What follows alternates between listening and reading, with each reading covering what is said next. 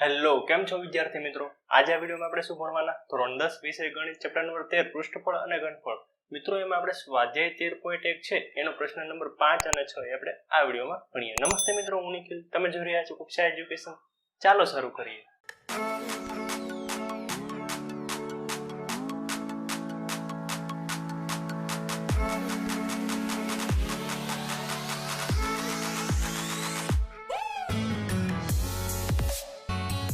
એટલે મિત્રો સ્વાધ્યાય 13.1 એનો પ્રશ્ન નંબર 5 અને 6 થોડોક મિત્રો અઘરા જેવો છે, એટલે તમે પૂરું ધ્યાન આપશો ને એક રિક્વેસ્ટ છે કે તમે આ વિડીયો જે છે એ પૂરો જોજો, એટલે તમને ખ્યાલ આવી જશે કે કઈ ટાઈપનો દાખલો છે. તો ધ્યાન આપજો. શું છે દાખલા નંબર 5?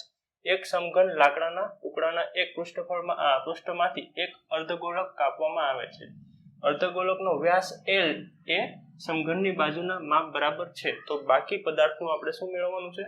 કુલ પૃષ્ઠફળ. તો શું આપ્યું છે આપણને? એક સમઘનના લાકડાના ટુકડામાંથી આપણે એક પૃષ્ઠફળ માંથી આપણે અર્ધગોળક કાપવાનો છે. તો એક સમઘન છે. સમઘન તમને ખબર છે, ચોરસ જે છે એનું આપણે પૃષ્ઠફળ, એમાંથી આપણે કોઈ એક સપાટી ઉપરથી આપણે શું અર્ધગોળક કાપવાનું છે, અને એ જે બાકી રહેલો જે ભાગ છે એનું આપણે કુલ પૃષ્ઠફળ મેળવવાનું છે. તો કઈ રીતના મેળવશું? પહેલા તો આ સમઘન છે એમાંથી આપણે શું બાદ કરવાનું છે? અર્ધગોળક કાપવાનું છે. તો આપણે અર્ધગોળક છે એની વક્ર સપાટીનું ક્ષેત્રફળ એ આપણે બાદ કરી દઈશું. હવે એક વિચારો, તમે ચોરસ બોક્સ છે, ચોરસ બોક્સ, એમાં તમે એક ગોળ વાટકો છે એ તમે કોઈ એક સપાટી ઉપર અંદર ખાનું ખોલી અને અંદર મૂકી દો, સપાટી ઉપર અંદર ઊંધે, તો આપણે શું મેળવું કે એનું જે વક્ર આવડવા જે છે અર્ધગોળક એ મૂકી દીધું. પણ જો એ સપાટી ઉપર અર્ધગોળક આમ ઊંધું મૂકી દીધું, પણ એની નીચે જે ગોળ ભાગ જે છે, અર્ધગોળકનો ગોળ ભાગ જે છે એ સમઘનના એક સપાટી ઉપર ગોળ ભાગ રહી ગયો. તો એ ગોળ ભાગ આપણે બાદ કરવો પડશે. તો શું સમઘન છે એમાં આપણે શું ઉમેર્યું? મેં તમને કીધું ખોખામાં આપણે ગોળ વાટકો મૂક્યો, અને એનો જે ગોળ ભાગ છે એ કોઈ એક સપાટી ઉપર, માનો કે જો આ વાટકો આમ આપણે અંદર મૂક્યો, તો આ ગોળ ભાગ જે છે એને અડી ગયો, તો આપણે ઈ બાદ કરવાનો છે. તો શું આખું સમઘનનું જે પૃષ્ઠફળ છે એમાં આપણે વક્ર સપાટીનું કોનું અર્ધગોળકની વક્ર સપાટીનું ક્ષેત્રફળ એડ કરશું, એટલે કે ઉમેરશું, અને એમાંથી શું બાદ કરશું? એનો ઉપરનો જે અર્ધગોળકનો જે છે ઉપરનો વક્ર સપાટી જે છે એનો ગોળ ભાગ એ આપણે બાદ કરી દઈશું. એટલે શું કરીએ? પહેલા તો સમઘનની લંબાઈ શું છે એને જોઈએ. આપણે શું કીધું છે? L. શું છે? અર્ધગોળકનો વ્યાસ L છે, અને સમઘનની બાજુનું માપ બરાબર છે, એટલે કે સમઘનની જેટલી બાજુ હોય આ બધી બાજુ સમાન જ હોય, અને એ કોના બરાબર છે? જે અર્ધગોળક છે એનો વ્યાસ બરાબર છે. તો આપણે લખીએ અહીં સમઘનની લંબાઈ કેટલી? L છે, બરાબર. સમઘનની બાજુનું માપ આપણે એમ લખીએ ને, સમઘનની બાજુનું માપ L છે. બીજું શું છે? L કોના બરાબર છે? અર્ધગોળકનો વ્યાસ, અર્ધગોળકનો વ્યાસ બરાબર શું છે? L. હવે શું કરવાનું છે? આપણે પદાર્થનું કુલ પૃષ્ઠફળ મેળવવાનું છે. તો એની માટે આપણે શું વિચાર્યું હતું કે જે આ પદાર્થ, આ જે સમઘન છે એનું ક્ષેત્રફળ, એનું પૃષ્ઠફળ, એમાંથી આપણે શું કાપ્યું હતું? આ જે છે શું અર્ધગોળકની વક્ર સપાટીનું ક્ષેત્રફળ એ બાદ કર્યું, અને એમાંથી પાછું શું આ ઉમેરવાનું. મેં તમને કીધું ને આપણે એક બોક્સમાં વાટકો મૂકવાનો છે ગોળ, તો આપણે શું આ વક્ર સપાટીનું ક્ષેત્રફળ ઉમેર્યું, પણ જે ખોખું છે એના ઉપરની એક સપાટી છે એમાં જે આ વાટકો છે ચોંટી ગયો આમ, પણ આ જે ગોળ ભાગ છે એ તો રહી ગયો, પણ આપણે તો શું એક કાપવાનું છે. તો આપણે એ જે ગોળ છે, આ જે અર્ધગોળક છે એનું પાયાનું ક્ષેત્રફળ એ આપણે બાદ કરવું પડશે. તો એની માટે આપણે શું, પહેલા તો આનું ક્ષેત્રફળ અર્ધગોળકનું વક્ર સપાટીનું ક્ષેત્રફળ શું આવે? અર્ધગોળકની વક્ર સપાટીનું ક્ષેત્રફળ 2πr². 2πr². 2π r શું છે? અર્ધગોળકની ત્રિજ્યા શું છે નથી ખબર, પણ જુઓ વ્યાસ છે તો ત્રિજ્યા શું થશે, વ્યાસ ભાગ્યા 2 થાય એટલે આ તમને શું મળશે 2πl²/4, 2 દુ 4 એટલે શું મળ્યું πl²/2. ક્લિયર? તો અર્ધગોળકની વક્ર સપાટીનું ક્ષેત્રફળ મળી ગયું. હજી આપણે શું સમઘનમાંથી આનું ઉમેરવાનું અને ઉપરથી જે ગોળ જે છે ગોળ પુઠ્ઠું એ આપણે કાપવાનું છે. તો એને શું કહેવાય અર્ધગોળકનું પાયાનું ક્ષેત્રફળ, એટલે કે આ ખાલી ઉપરનું ગોળ છે ને એ. ક્લિયર? તો અહીં લખીએ આપણે અર્ધગોળકના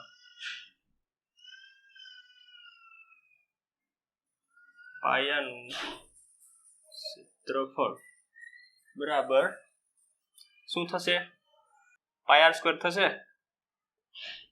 r શું છે l/2 નો વર્ગ પાઈ l²/4. તો આ થયું અર્ધગોળકના પાયાનું ક્ષેત્રફળ. હવે આપણી પાસે અર્ધગોળકની વક્ર સપાટીનું ક્ષેત્રફળ છે, અર્ધગોળકની પાયાનું ક્ષેત્રફળ, સમઘનનું ક્ષેત્રફળ આવડે. શું સમઘનનું પૃષ્ઠફળ, પૃષ્ઠફળ સમઘનનું પૃષ્ઠફળ શું છે 6l². l શું છે એની કોઈ એક બાજુ, બધી બાજુ સમાન જ હોય. તો હવે શું આપણે બાકી પદાર્થનું કુલ પૃષ્ઠફળ આપણે મેળવવાનું છે. બાકી પદાર્થનું કુલ પૃષ્ઠફળ બરાબર શું આખું સમઘનનું ક્ષેત્રફળ, સમઘનનું પૃષ્ઠફળ, સમઘનનું પૃષ્ઠફળ એમાં શું એડ કરવાનું, આ જે છે અર્ધગોળક નું ક્ષેત્રફળ, અર્ધગોળકનું ક્ષેત્રફળ માંથી. હવે આમાં વિચાર ન આવે તો વિચારો કે ચોરસ ડબ્બી છે આઈસ્ક્રીમની, ચોરસ ડબ્બી છે એમાંથી તમે ચમચીએથી થોડુંક આઈસ્ક્રીમ લ્યો છો તો એ ગોળ ગોળ પડી જાય, ખબર? તો બસ એક ગોળ ગોળ આપણે ચમચીથી આઈસ્ક્રીમ લઈ લો અને પછી જે ભાગ વધે એ કેવો દેખાય એ ટાઈપનું આપણે કરવાનું છે.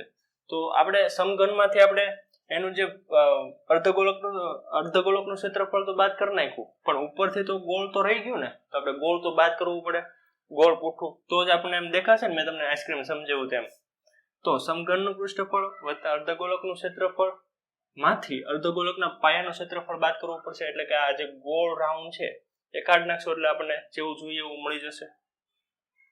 એટલે શું અર્ધગોળકના પાયાનું ક્ષેત્રફળ.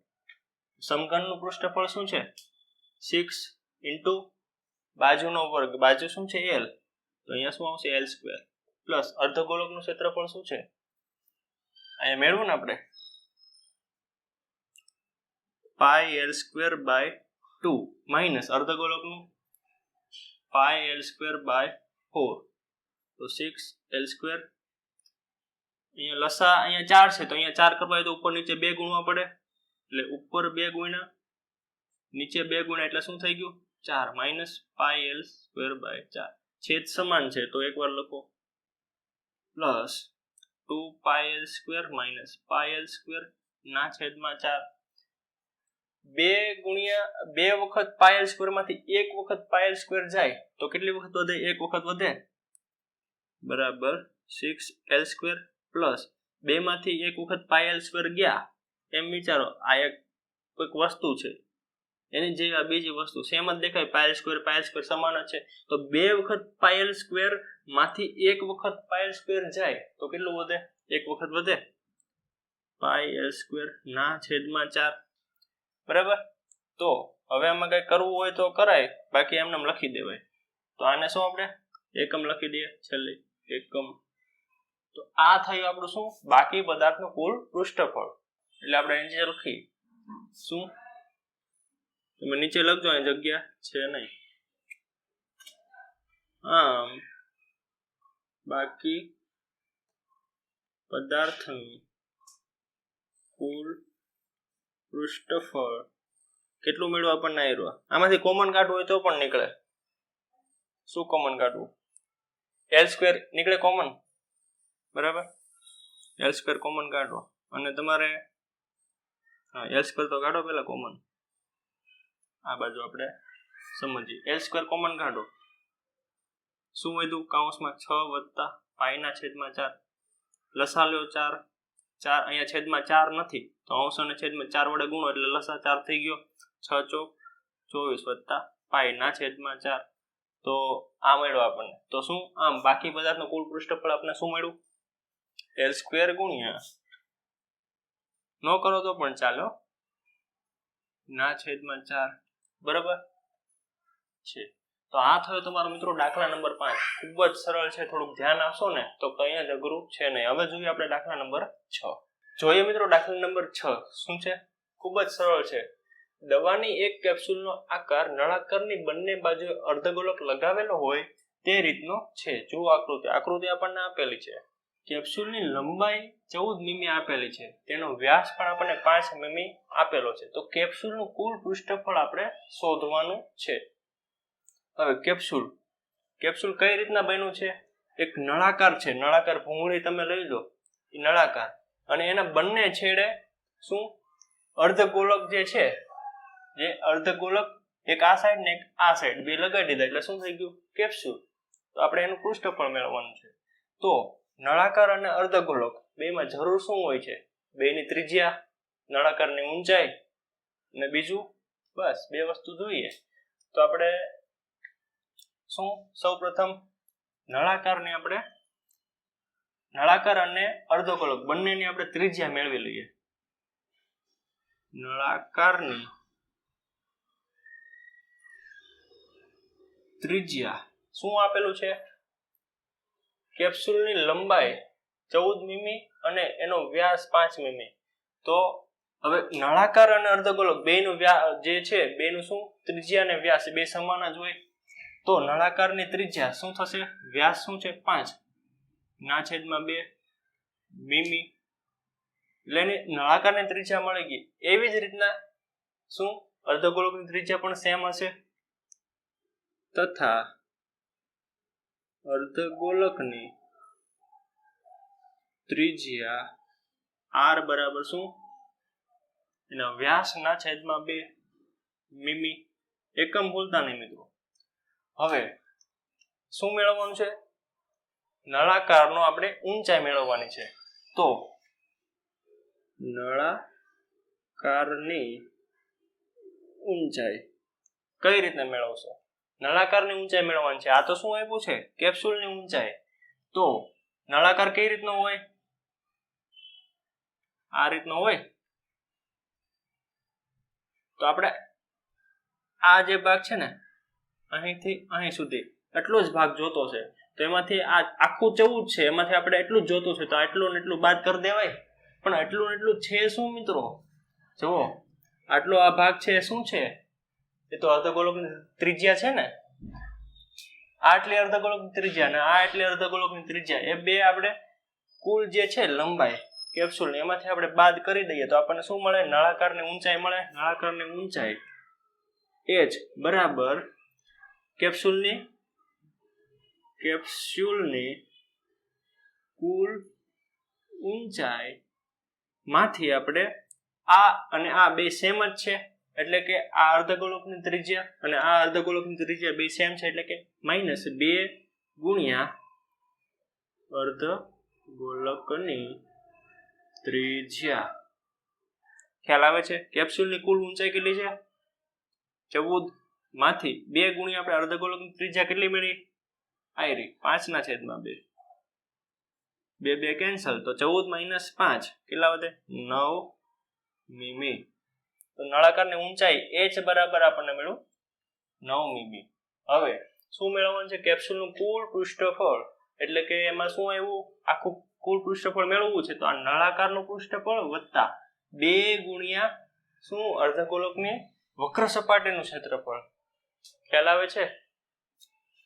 તો કેપ્સ્યુલનું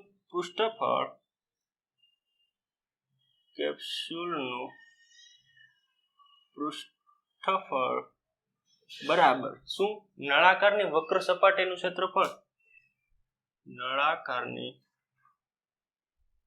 વક્ર સપાટીનું ક્ષેત્રફળ વત્તા એમાં શું ઉમેરવાનું છે?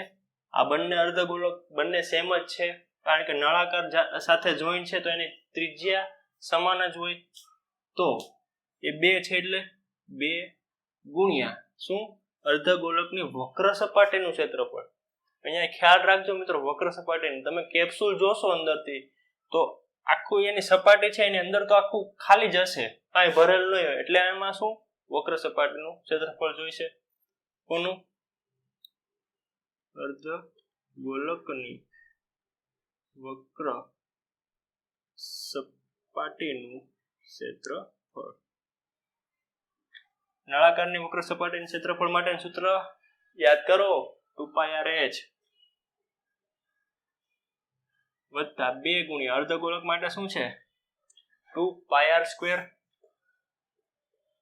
હવે બંનેમાંથી ચલો કોમન પાઈ કઈ કીધું નથી એટલે શું લેશું આપણે? 22/7. 2π આપણે કોમન કાઢી લઈએ અને r પણ કોમન કાઢીએ. ચાલો વધ્યું શું? h પ્લસ 2πr તો કોમન, એક r વધ્યો એટલે 2r. 2π 22/7 r. r કેટલો છે? 5/2. h કેટલો મળ્યો આપણને? 9 પ્લસ 2 r કેટલો છે આપણી પાસે? 5/2. 2 કેન્સલ, અહીં પણ 2 કેન્સલ. 22 ગુણ્યા 5/7 ગુણ્યા 9 ને 5 કેટલા થાય? 14. 7 દુ 14, 5 દુ 10. 22 ગુણ્યા 10, 22 ગુણ્યા 10 શું થાય? બહુ ઈઝી છે, 220 મીમી, ભૂલતા નહીં. તો આ શું થયું? કેપ્સ્યુલનું કુલ પૃષ્ઠફળ. તો નીચે આપણે લખીએ શું? એલા એમને નહીં લખતા, આપણે શું મેળવવું છે? પૃષ્ઠફળ. તો આપણે શું મિસ્ટેક કરી? જુઓ, ખાલી મીમી લખ્યું. પૃષ્ઠફળ કીધું હોય તો શું આવે? યાદ કરો, આપણે ભણી જ ગયા છીએ. સ્ક્વેર આવશે. તો કેપ્સ્યુલનું કુલ પૃષ્ઠફળ શું મળ્યું આપણને? કેપ્સ્યુલનું કુલ પૃષ્ઠફળ કેટલું મળ્યું આપણને? 220 મીમી સ્ક્વેર છે. તો આ થયો મિત્રો દાખલા નંબર 6. બસ વિદ્યાર્થી મિત્રો, આ વિડીયોમાં એટલું છે ને, ખૂબ જ ઈઝી. તો આવા જ વિડીયો મિત્રો જોવા માટે અમારી ચેનલ આજે જ સબસ્ક્રાઇબ કરો અને બાજુમાં આવેલા બેલ આઇકન દબાવો કે જેથી નવા વિડીયો આવે તમને સૌથી પહેલા મળે.